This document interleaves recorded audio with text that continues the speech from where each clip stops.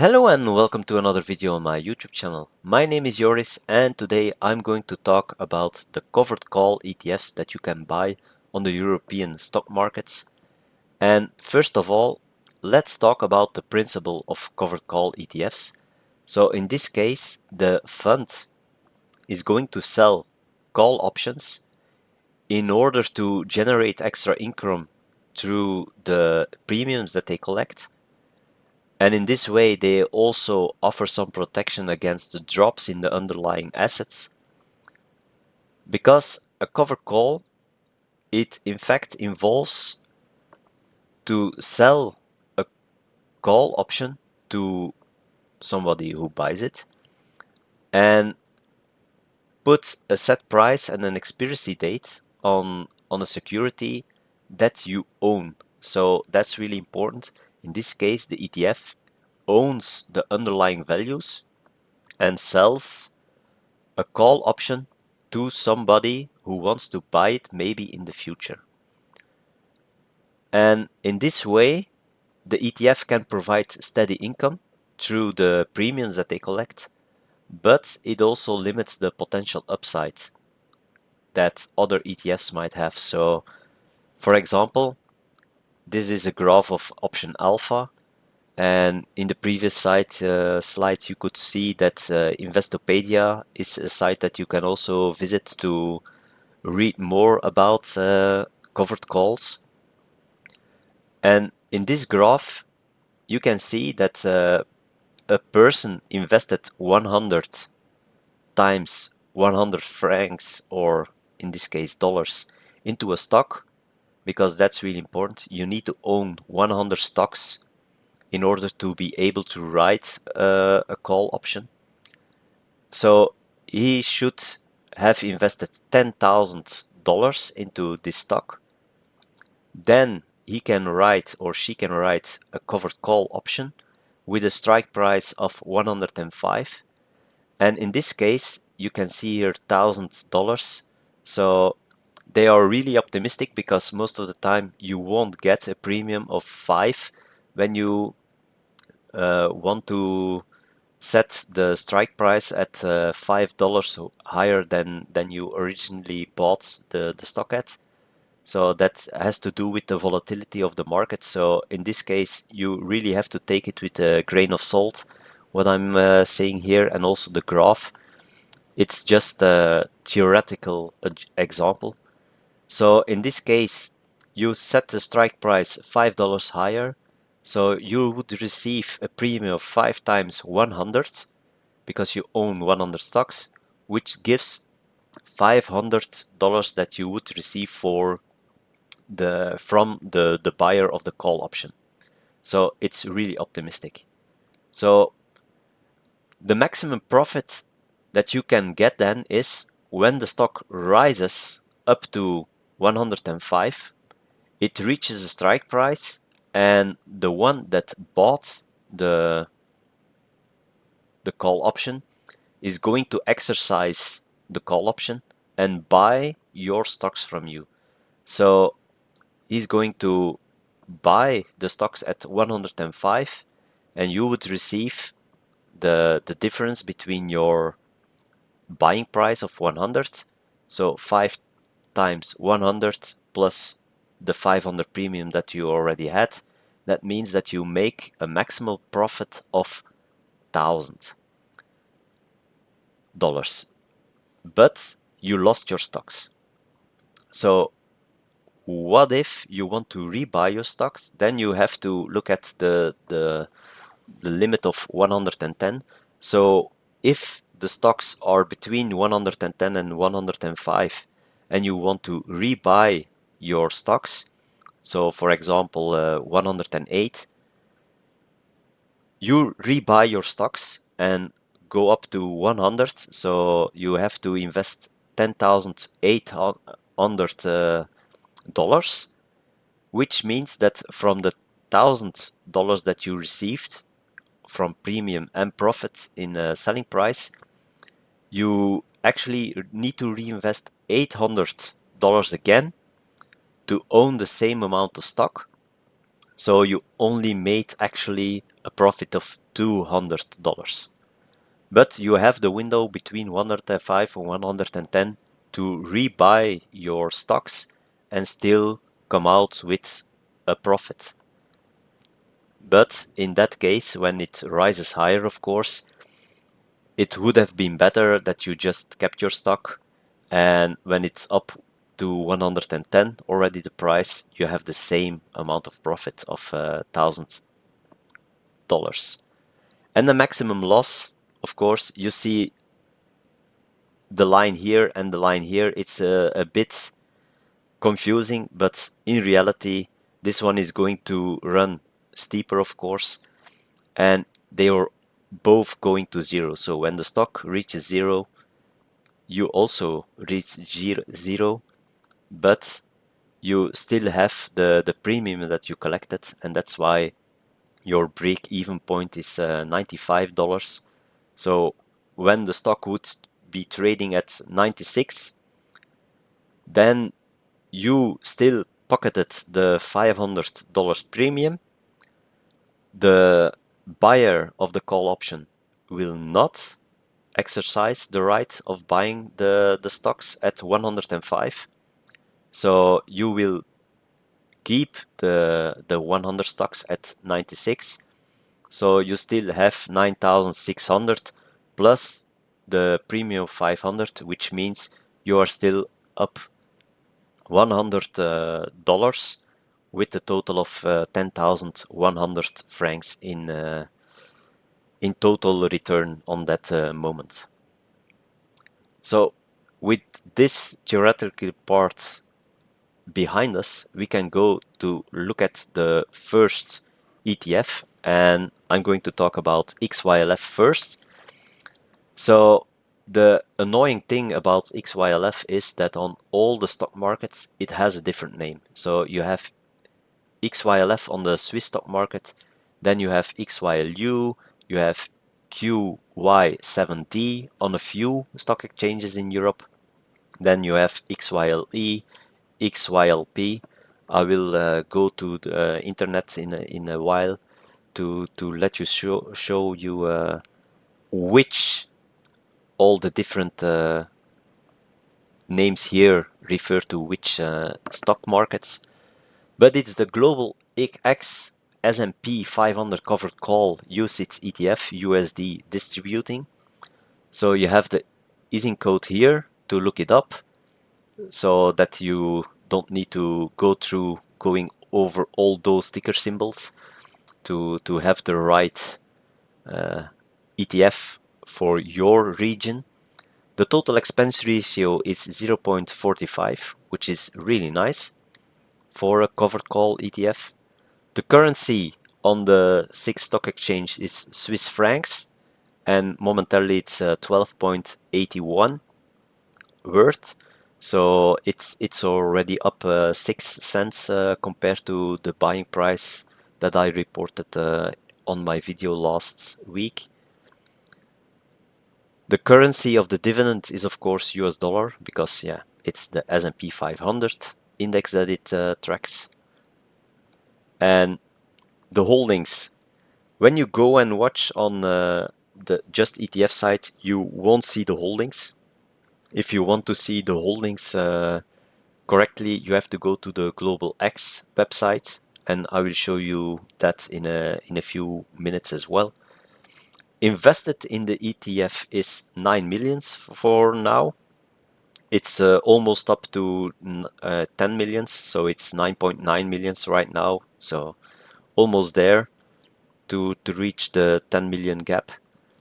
The replication type, it's a swap, because they are working with the call option strategy, of course. But the vast majority of their money is, of course, invested in the stocks themselves. So that's why I still like this kind of ETF more than other swap-based, where they are just buying stocks at random and then putting those stocks against another index that they are actually tracking, and then the one buying the swap compared to the profit of the stocks that the fund is keeping is responsible for paying the difference compared to the index. So it's really complicated swap ETFs, how they operate, and it's really hard to really understand how they are going to perform. You just know that in the end, the index that they track will be paid out, will be followed completely, but yeah, it's with swap contracts to other institutions that stand then that guarantee that you will get the performance of the underlying index, but the actual fund owner isn't investing in the underlying fund index itself. So it's really crazy. But in this case, they are really buying stocks of the S&P 500, writing calls against it. Right now, they are still writing calls against the complete S&P 500 index, while they don't have enough money, of course, to own the complete S&P 500 yet. But that's for in the future, they will be able to do that, of course. Here it's 0.5 years, so I can't give the performance of 1 year yet because it was started on the 11th of July of 2023. Since then, it went down 0.42%, and the last half year it went up 1.42%. It gives monthly dividend payments, so 12 dividend payments in a year. And currently the dividend yield is 9.4%. And that's an estimate because, as you can see, for now, we only have the last 5 dividend payments from this fund. So it started paying the first dividend on the 31st of August. The X coupon date was on the 31st of August, and it paid out on the 7th of September.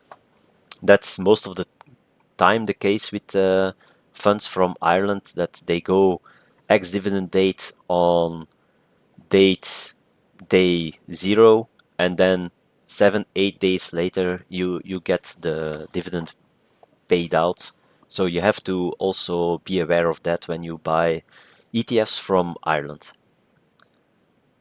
And then of course we have QYLD. I already gave this example once when I talked about the fact that we want quarterly dividends, and yearly dividends are monthly dividends are even better than quarterly dividends, of course.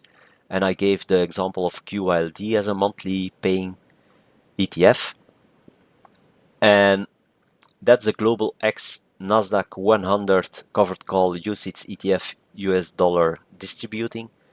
So the easing code is again noted here because, once again, not as many as with the S&P 500 covered call, but still again 3 different names here in the European countries. The currency on the 6 is Swiss francs, and it's 14.32 right now. The dividends are being paid out in US dollar. You have 100 holdings that it's tracking because it's the Nasdaq 100.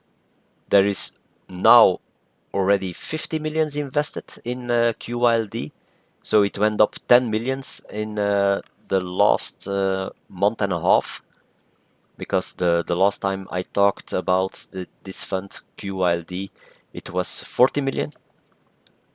And yeah, this fund is really performing nicely, so it's up 11.26% since its inception. So the inception date was the 22nd of November of 2022, and the last year it's up 12.12%. And from dividend payments we can't complain at all, so monthly dividend payer and the dividend yield for the last year is 11.75%. So I estimated it was going to be 11.7%, but it's actually a little bit higher because the dividend being paid out, I calculated it with the same as in November, but it was a little bit higher, so 0.3 cent higher than I anticipated, and that's why it's 11.75%. So let's go and see at the different ETFs. So we can go to Global X and type here. So here we are in the United States, and when you look up for search and you type S and P, S and P 500, you get some, and covered call,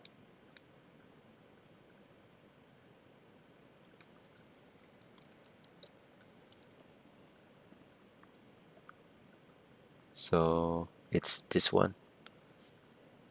So it's XYLD, and that's for the United States. So here you can see that the inception date is way earlier, so it's already around more than 11 years, or yeah, a little bit over 10 years.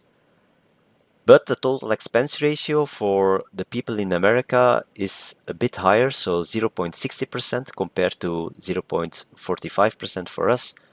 The net assets under management is 2.76 billion. So with us, we haven't even reached 10 million yet. But yeah, you can look up the distribution history here, and you get all the different dates. So for 2023, you can see it was reasonable. And you can also look up the QYLD one. So there, the inception date was also in 2013, so also around for over 10 years. And also a total expense ratio of 0.60, so people in America have a slightly more expensive ETF than we here in Europe. And also here you can look up the distribution history. So once again, here really nice distributions for the Nasdaq 100 covered call ETF. And when you go then to QYLD Yahoo Finance, you can look what the yield is, so 11.77%. So the last year in Europe it was 11.75%. So more or less the same. So although there is a lot more invested in it, so 7.8 billion in the QYLD one, then in Europe the performance is more or less the same. But the thing is, here we are in the United States, so you have to go actually to Europe, confirm, say that you are in Switzerland, but he already knows, of course, that I'm in Switzerland. I say reject all. And here you can also go and look up QYLD.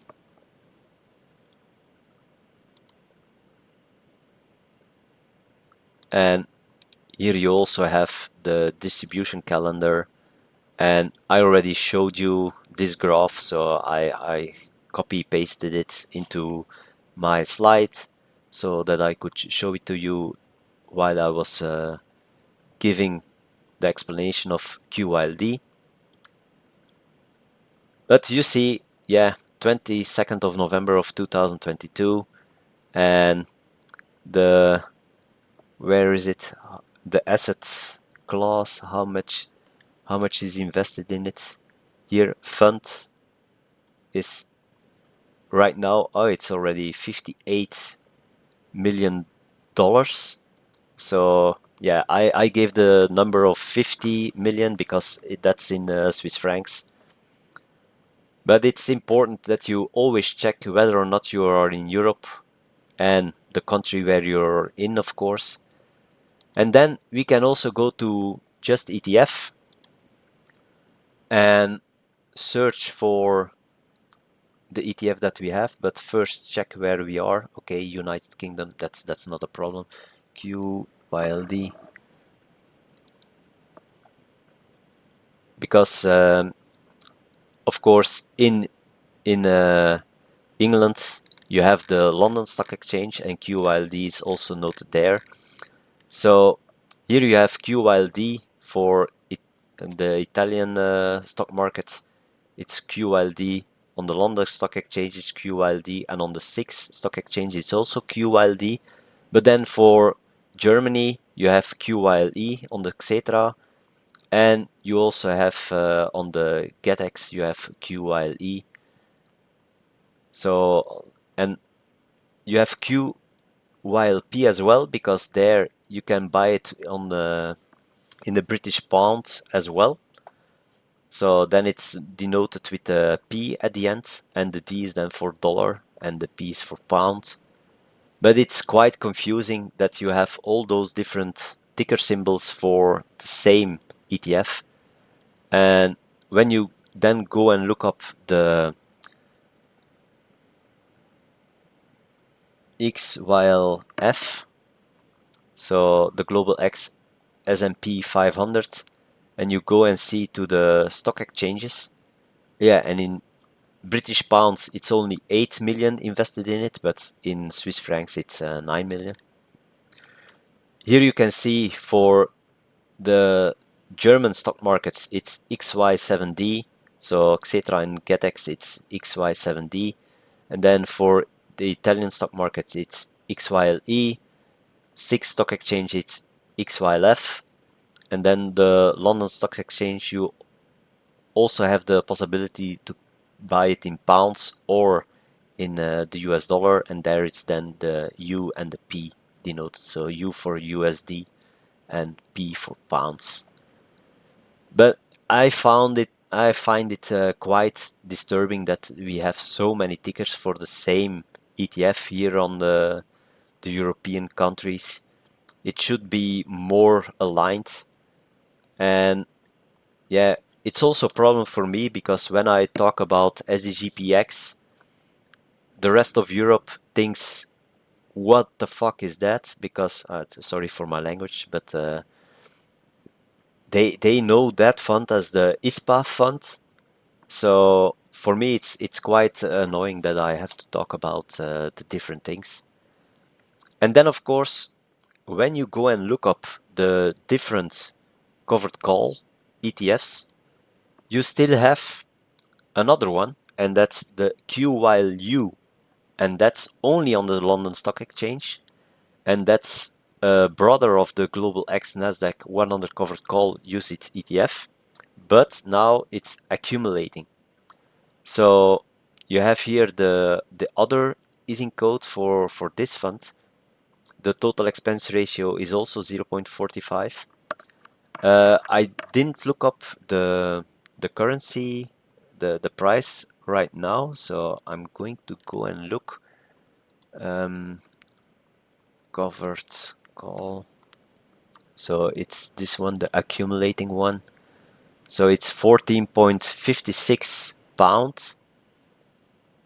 This one. So, and you can see, so it's also the US dollar is available on the London Stock Exchange. But sadly enough, this one isn't available for us.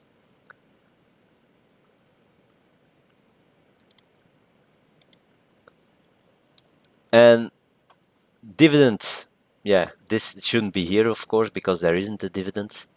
So again, 100 holdings and invested in this ETF. Until now, they didn't reach 1 million yet. And when you look at the performance, so it has the same inception date as the QYLD fund here in Europe. So it's up 14.29%, which isn't bad at all. But I can go up again and let you show this. So this one is up 11.26, and all these dividends were paid out up till now, and that's 11. It's 12.6% in total. So when you look at that, 11 plus 12, that's up 23% right now. So this one, actually, for an accumulating one, it's underperforming the one that is distributing. But that has also to do, of course, with the fact that there is only 0 million invested in it, so not yet a whole million invested in it. And yeah, if you look at this graph, you see here it went down quite a bit. It was I think they made a trading mistake here or something. I don't know. There wasn't anything written about it. But they recovered quite fast and they are now up to 14.29%. And you can see 16.29% here because, okay, they started the year on a negative performance since its inception date. So since the beginning of January up till now, it's up 16.29%. Excuse me. So with that being said, I hope you enjoyed this watching this video. Please consider subscribing to this YouTube channel. Hit that like button, and if you want to see more videos like this, please leave a comment in the comments down below, and see you on the next video on my YouTube channel. Bye.